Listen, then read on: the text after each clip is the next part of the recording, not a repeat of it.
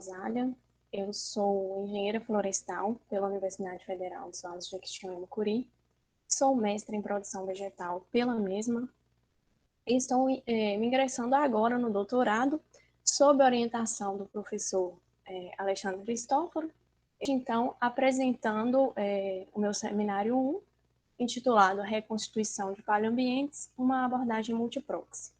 Esse tema, então, porque já foi meu objeto de estudo no mestrado e vou dar continuação no doutorado. Bom, os estudos de reconstituição paleoambiental, eles buscam entender as dinâmicas ambientais pretéritas, desvendar a história ambiental do passado. E eles permitem a compreensão dos processos ambientais modernos e possibilitam prever as mudanças no que tange ao clima, vegetação, eventos erosivos, estabilidade da paisagem, níveis de poluição, prever, então, para o futuro como que serão essas mudanças. Ou seja, os estudos de reconstituição paleoambiental, eles seguem a teoria do uniformitarismo, que diz que o presente é a chave para o passado. Então, o que é isso? Nós vamos estudar os arquivos que nós temos hoje no presente, para poder, então, entender como que se deu a dinâmica da evolução da paisagem no passado, e com isso também é possível prever as mudanças ambientais para o futuro. E o que são esses arquivos, então, do paleoambiente? São os nossos objetos de estudo. A gente tem que são os ambientes ideais para a preservação das condições, da preservação dos indicadores paleoambientais. No caso, nós temos os ambientes de turfeiras, veredas, lagoas, em que há a presença de solos orgânicos. Então, estes solos, eles vão ser os nossos arquivos e objetos de estudo para uma reconstituição paleoambiental. O que então são os solos orgânicos? Os organossolos, eles são definidos pelo Sistema Brasileiro de Classificação de Solos como solo pouco evoluídos morfologicamente, com elevado acúmulo de material orgânico, que apresentam cor preta, cinza escura, amarronzada, resultantes, então, da acumulação de resíduos vegetais em graus variáveis de decomposição e que possuem duas principais condições de drenagem restrita, então são solos mal drenados, ou saturados com água durante o período chuvoso, alguns dias do ano. Nesses ambientes, a baixa disponibilidade de oxigênio associadas à saturação de água, então vão favorecer o incremento e a preservação da matéria orgânica, e com isso a formação dos organossolos, que são os ambientes ideais que permitem a preservação das informações e das evidências do ambiente e do clima pretérito. Então, essas condições de baixa disponibilidade de oxigênio, mais a saturação de água, elas são as condições ideais para preservar os indicadores do paleoambiente. E se tratando, então, de ambientes, em que há a presença de solos orgânicos, nós temos as turfeiras, que são ecossistemas, então, formados a partir do acúmulo sucessivo de matéria orgânica vegetal, parcialmente decompostas em locais úmidos ou encharcados, de baixa atividade de organismos decompositores aeróbicos, devido, então, às condições do meio. E que as condições são essas? A elevada umidade, o baixo pH, a baixa disponibilidade de nutrientes, e a baixa disponibilidade de oxigênio associadas às baixas temperaturas. E isso, então, favorece a redução da intensidade dos processos de mineralização e de umificação. Então, ocorre a formação dos solos orgânicos. É importante também salientar que, do ponto de vista hidrológico, as turfeiras elas são ambientes de transição entre os ecossistemas terrestres e aquáticos, caracterizados por possuírem elevado teor de umidade. Assim como as turfeiras, nós temos as veredas, como ambientes em que há presença de solos orgânicos. As veredas, elas são, então, encontradas em especial no Gama Cerrado, e as veredas, elas se localizam encaixadas nos canais de drenagem sobre as chapadas e chapadões exclusivamente do Brasil Central, na base de encostas, vales, nascentes e reconhecidas pela presença da palmeira buriti emergindo em meio a um extrato herbáceo contínuo. Então, a principal característica definidora das veredas é a presença da palmeira buriti, Mauritia flexuosa. E, assim, então, como as turfeiras são ambientes ideais para a preservação dos indicadores paleoambientais. Bom, os estudos de reconstituição de paleoambientes, eles têm enfoque no período quaternário. Por quê? Porque os estratos e objetos deste período são os que guardam o maior número de informações, devido a gente possuir ambientes bem preservados, não desmantelados, não desgastados pelos diversos ciclos erosivos, né, que ocorreram com o passar do tempo. O período quaternário, então, ele iniciou-se há aproximadamente 2,6 milhões de anos e ele engloba duas épocas distintas, o Pleistoceno e o Holoceno. O Pleistoceno, que é a fase fria, né, devido às glaciações, e o Holoceno, que compreende os últimos 12 mil anos da história da Terra, reconhecido como o período interglaciar atual. Bom, as variações climáticas e as informações sobre a vegetação que ocorreram no quaternário, elas são inferências que podem ser obtidas por meio dos estudos dos indicadores paleoambientais. A gente diz inferências porque a gente não pode afirmar como que foi a evolução da paisagem. A gente tem inferências. E o que é, então, essa abordagem multiproxy? Um proxy é um indicador paleoambiental. E o indicador, quando ele é utilizado individualmente, ele pode nos levar a informações errôneas sobre a evolução da paisagem. Então, a gente utiliza mais de um proxy, diferentes proxies, diferentes indicadores, a fim de fornecer uma avaliação mais precisa e mais completa das evoluções, das mudanças ambientais. Então, utilizando mais de um indicador, a gente vai chegar a informações mais próximas do que realmente aconteceu no passado. Nós temos como indicadores paleoambientais, como proxies, então, a análise palinológica, que é o estudo dos grãos de pólen, a geoquímica orgânica e inorgânica, e a técnica isotópica do carbono 13 e do nitrogênio 15.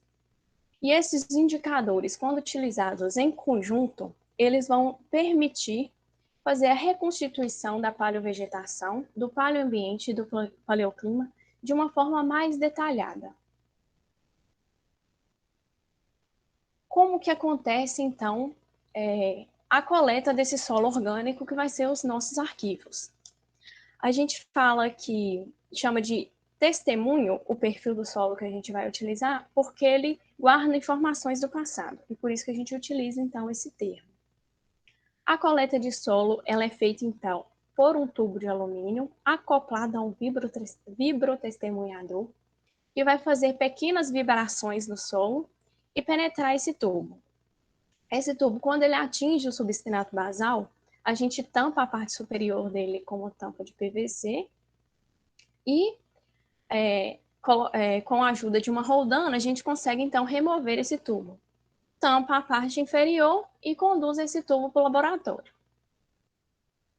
Aí, o tubo, então, contendo o solo orgânico, nosso objeto de estudo, ele é aberto através de uma serra circular.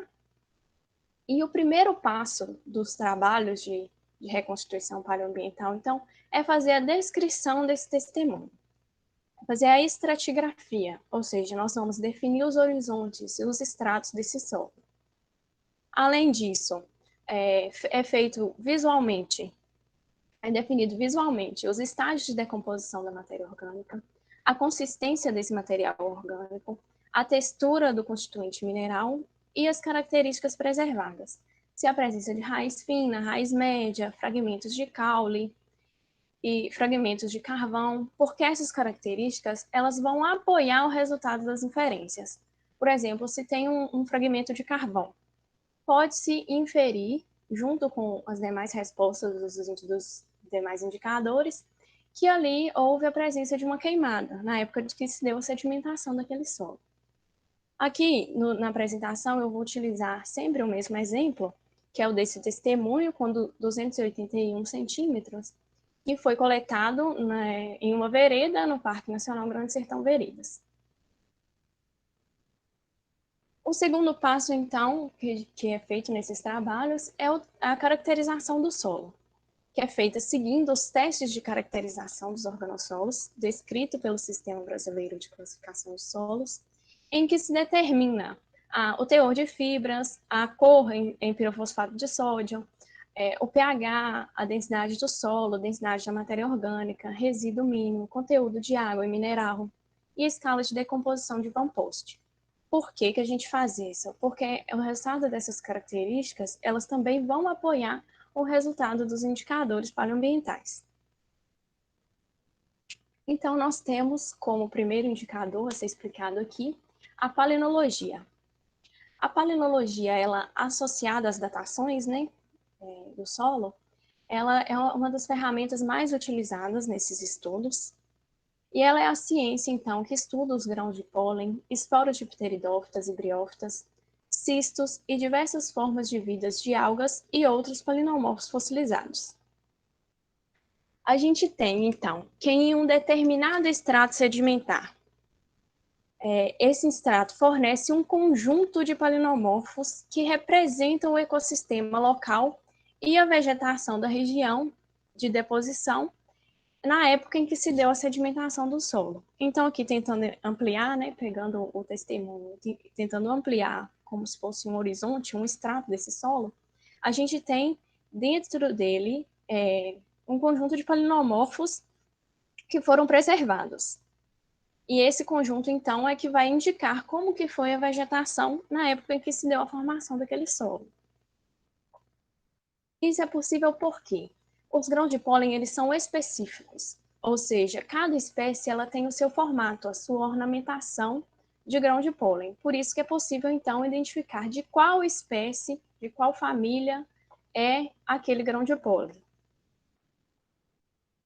A palinologia, então, ela possibilita a identificação dos principais gêneros, famílias e, algumas vezes, até espécies da vegetação pretérita.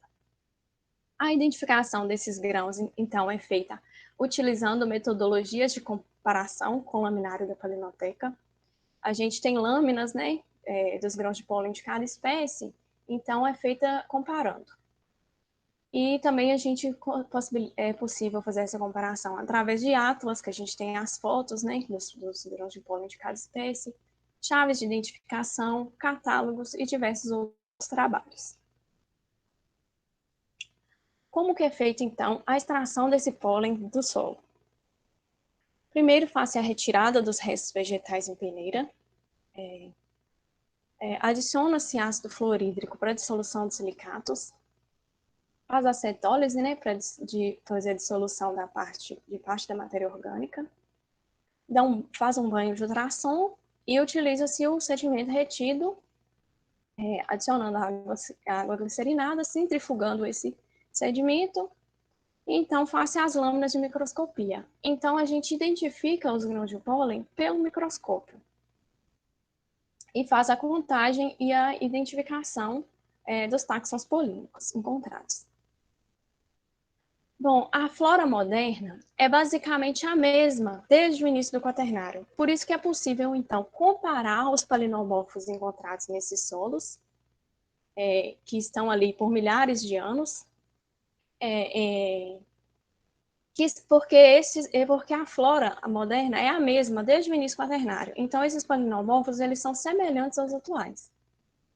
Então, quando se define uma associação de táxons indicadores de um tipo de vegetação na Assembleia Palinológica Fóssil, é possível, então, relacioná-las com os parâmetros climáticos. Por que a gente consegue inferir como que foi o clima de acordo com a vegetação?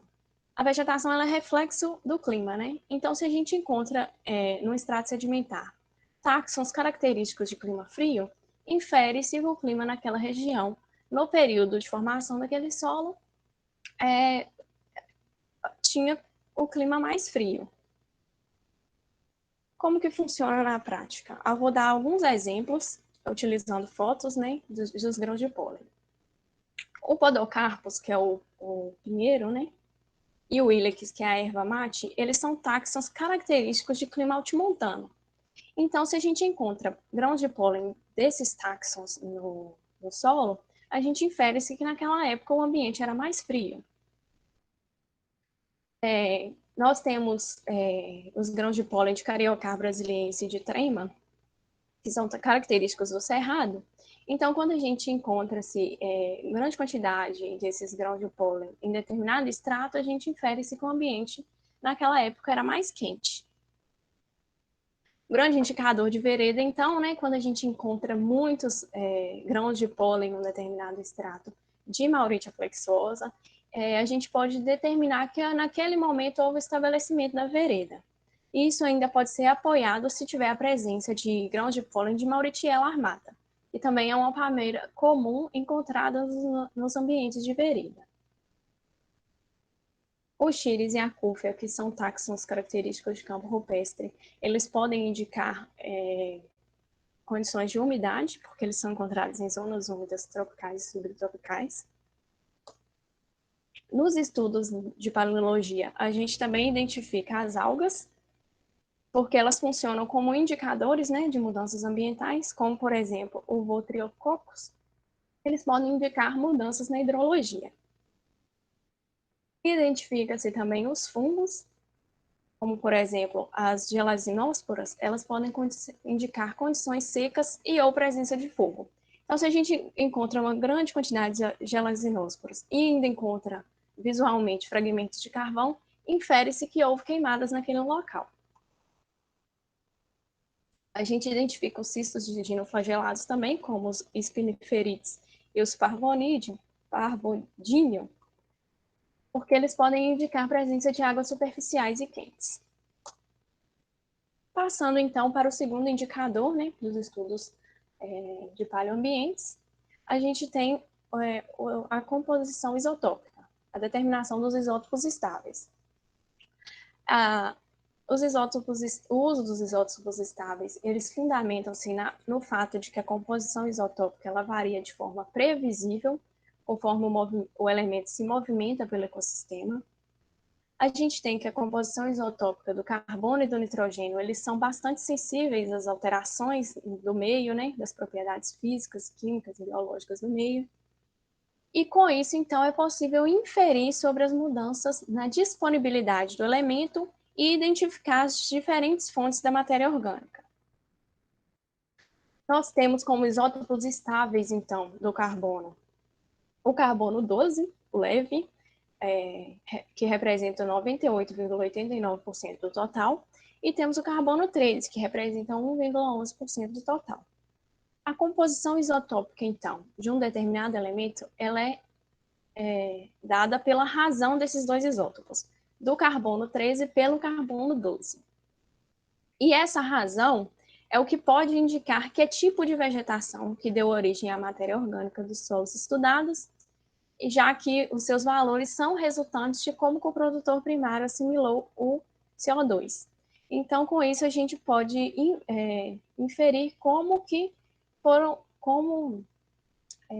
o ciclo fotossintético das plantas, que deu origem à matéria orgânica, CC3, CC4 e CAM. Bom, como que funciona isso? Os valores mais empobrecidos, mais negativos, então, né, em carbono 13 em relação ao padrão, são indicativos de planta C3. E os valores mais enriquecidos em carbono 13 em relação ao padrão, eles são indicativos de planta C4. Os resultados, então, quando encontrados, quando os valores de delta carbono 13 eles variam de menos 32 a menos 22 por mil, indica-se a predominância de plantas do ciclo fotossintético C3. E quando varia de menos 9 a menos 17 por mil, do ciclo fotossintético C4, e de menos 28 a menos 10 por mil, plantas CAM. Os isótopos do nitrogênio. Os isótopos do nitrogênio, eles também são usados nestes estudos, porém em menor quantidade do que os do carbono. Por quê? Eles são menos utilizados devido à sua menor abundância fracional e o ciclo do nitrogênio ele é muito mais complexo do ciclo do carbono. Por isso também que eles são menos utilizados. Mas a composição do nitrogênio 15, ela permite também distinguir a origem da matéria orgânica do solo. E a aplicação desses valores, dos valores de delta nitrogênio 15, para identificar as fontes de matéria orgânica, é dado, então, pela razão do nitrogênio 15 pelo nitrogênio 14, de reservatórios de nitrogênio disponíveis para as plantas, tanto aquáticas quanto terrestres. E os valores enriquecidos de delta nitrogênio 15, então, eles são indicativos da presença de algas, quando por volta de 8,5 por mil, e os valores mais empobrecidos, por volta de 0,5 por mil, eles são indicadores de plantas terrestres. E ainda, quando há valores intermediários entre esses dois, pode-se inferir a mistura das duas fontes. Bom, o isótopo radioativo, também outra técnica utilizada. O isótopo radioativo do carbono é representado, então, pelo carbono 14. E a datação por carbono 14, ela tem sido um dos métodos mais utilizados em estudos paleoambientais do Pleistoceno tardio e do Holoceno. E essa datação, ela permite entender a cronologia dos eventos climáticos, né? Paleoclimáticos. Ela tem um limite de detecção de 60 mil anos antes do presente. E a gente tem, então, como presente o ano de 1950. Por quê? Porque nessa década houve um aumento da concentração de carbono 14 na atmosfera devido aos testes nucleares realizados pelos Estados Unidos e União Soviética. Portanto, o termo antes do presente indica anterior ao ano de 1950. Por exemplo, 60 mil anos antes do presente, 60 mil anos antes do ano de 1950. A datação por carbono 14, ela possui duas técnicas, a de cintilação líquida e a de AMS. Na técnica de cintilação líquida, mede-se a quantidade de carbono 14 pela mensuração da radioatividade emitida pelos átomos restantes. Por isso que nessa técnica, quanto menor a radioatividade detectada, menor a quantidade de carbono 14. E na técnica de AMS, baseia-se na contagem dos próprios átomos de carbono 14 existentes na atmosfera. Por isso, então, que a técnica de AMS ela é a mais utilizada, porque ela tem certas vantagens, né? Ela permite datar amostras mais antigas, menores e com menor margem de erro do que a cintilação líquida. Após a datação do carbono 14, é necessário fazer a calibração das idades, né? Com os anos do calendário, expressa como anos cal antes do presente. E isso é feito para evitar o rejuvenescimento da idade. Aqui nesse exemplo, nós temos, foram datadas 6 amostras do solo, né? A amostra da base, ela foi datada com aproximadamente 34 mil anos. Então, a gênese desse solo, ela iniciou-se aproximadamente 34 mil anos antes do presente. E esse testemunho, então, ele tem a história ambiental e climática em seus solos desde o Pleistoceno tardio. Então, com esse testemunho, né, é possível gerar inferências de épocas importantes do Quaternário, como o final do último máximo glacial, que foi quando houve a diminuição drástica da temperatura global, a transição do Pleistoceno e o Holoceno, como que ocorreu, o Holoceno médio e o Holoceno superior. A geoquímica orgânica da matéria orgânica é um outro indicador, então, utilizado nesses estudos. A determinação do carbono 14, do carbono orgânico total, é um importante indicador da abundância da matéria orgânica nos solos e sedimentos. E a razão CN também é um importante indicador, porque ela indica as fontes da matéria orgânica. Quando encontra-se uma razão CN baixa, entre 4 e 10, indica-se a presença de fitoplâncton em bactérias. Por quê? Porque esses apresentam nitrogênio orgânico abundante nas proteínas. Então, quanto mais nitrogênio, abaixa a razão CN. E uma razão CN alta, maior que 20, maior ou igual a 20, são indicativos de plantas terrestres altas, porque essas são constituídas principalmente por lignina e celulose, que são pobres em nitrogênio. Então, a quantidade de nitrogênio baixa eleva a razão CN da matéria orgânica. A geoquímica inorgânica é, então, um outro indicador, né, um outro proxy, que permite identificar os elementos dos solos quaternários e fornece informações sobre as condições na qual o material sedimentar foi depositado. Então, ela pode indicar se houve processos erosivos, transporte de materiais, variações no regime de ventos, mudança na cobertura vegetal e condições de umidade. Determina-se, então, os elementos maiores e menores, como o potássio e magnésio, elementos traço litogênicos, como o zircônio e o ítrio, elementos traços metálicos, como o chumbo e o manganês, e os halogênios, como o bromo e o cloro. Então, a determinação desses elementos, ela vai fornecer indicadores sobre as mudanças ambientais ocorridas na época de formação do solo.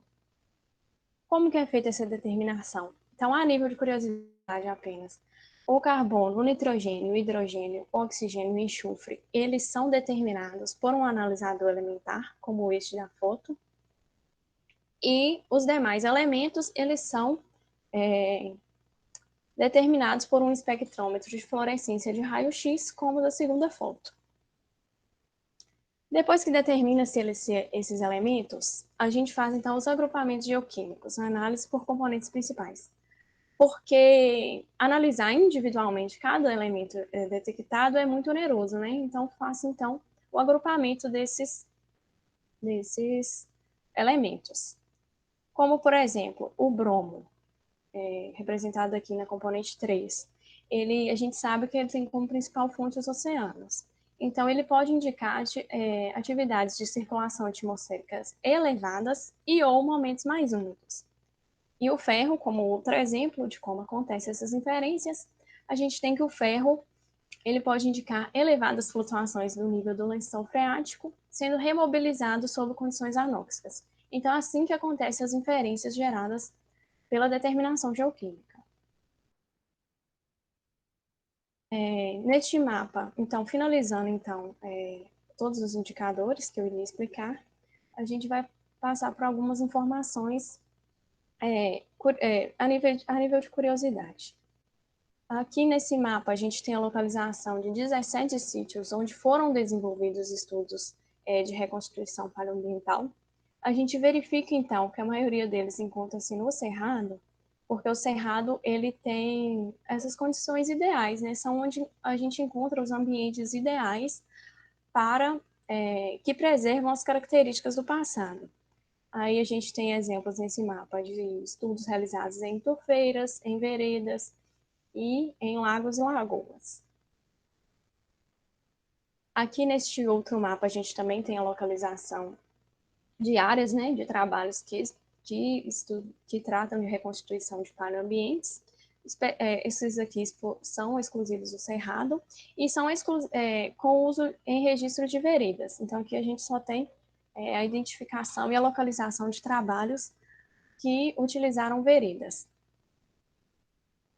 Aqui tem a esquematização, né, de como que funciona esquematizar as inferências geradas pelos trabalhos. Esse esquema são os resultados, né, dos trabalhos do mapa anterior, e ele permitiu reconstituir o cenário dos últimos 32 mil anos antes do presente, no âmbito de vegetação e clima. Então, consegue-se, no final, juntando os indicadores, os resultados dos indicadores, inferir se o clima foi muito úmido, semi-úmido, e se foi frio, se foi quente. Nessa imagem, onde tem a figura, então, de uma palmeira, onde houve, então, a maior concentração de taxos de Mauritia flexuosa. Então, é indicando aí onde que houve o estabelecimento da vereda. Quando que houve o estabelecimento da vereda naquela região. Então, como que funciona a integração desses resultados dos dados analisados para inferir sobre a vegetação e o clima? Aqui, juntando, então, como se fosse um quebra-cabeça, o resultado de diversos indicadores, a gente tem a definição de 5 fases de mudanças ambientais. Juntando aqui Os agrupamentos geoquímicos com as inferências que ele nos gera, o resultado da composição isotópica, o resultado da geoquímica orgânica e o resultado da paleologia, até o momento feito até 30 centímetros, né? Então, nós temos o resultado da paleologia dos últimos 6.000 anos antes do presente.